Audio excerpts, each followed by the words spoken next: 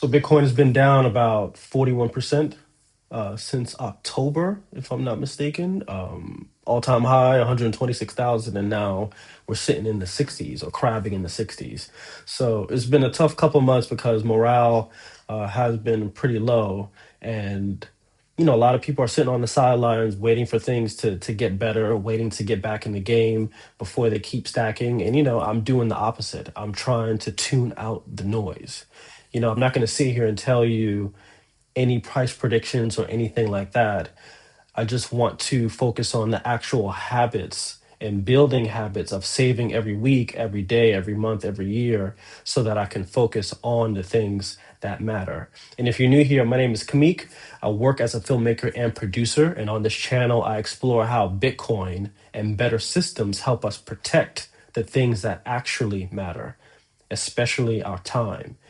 And, over the last couple of years, we've seen this before. Bitcoin goes up, it feels exciting, then it pulls back and forth, back and forth. It's like a tug of war. It goes up and then it crabs, then it goes up and it crabs. So we've seen the same story time and time again. I feel like it's the same story, but it's new individuals entering the conversation saying Bitcoin is over, it's not going to do this, it's not going to do that.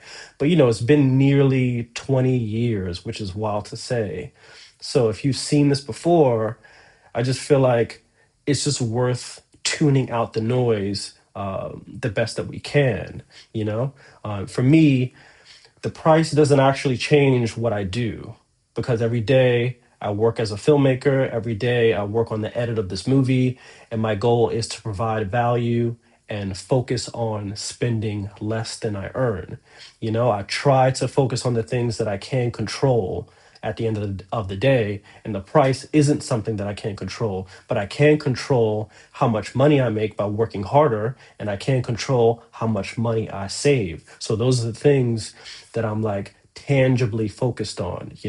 And the thing about storing our time and energy in Bitcoin is such a big deal because regardless of whether the price goes up or down, if our time horizon is long, then we just have to remember that we're storing our time and energy literally in a form of money that can't be printed.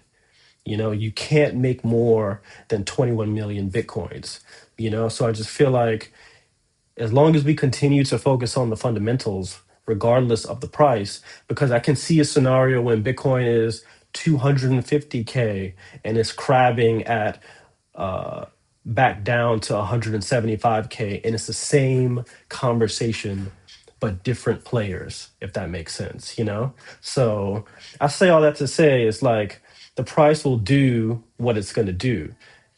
My job is to keep the gap between what I earn and what I spend as wide as possible, if that makes sense. And that's the part that I can actually control, is keeping my spending low, which my wife won't be that happy about for the most part, and my savings as high as it can be. So hopefully that resonates with you.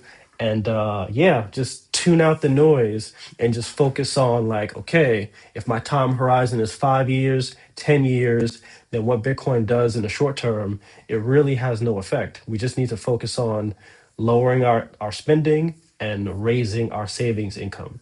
Literally every week, every year, we want to say we've accumulated more Bitcoin than the year before.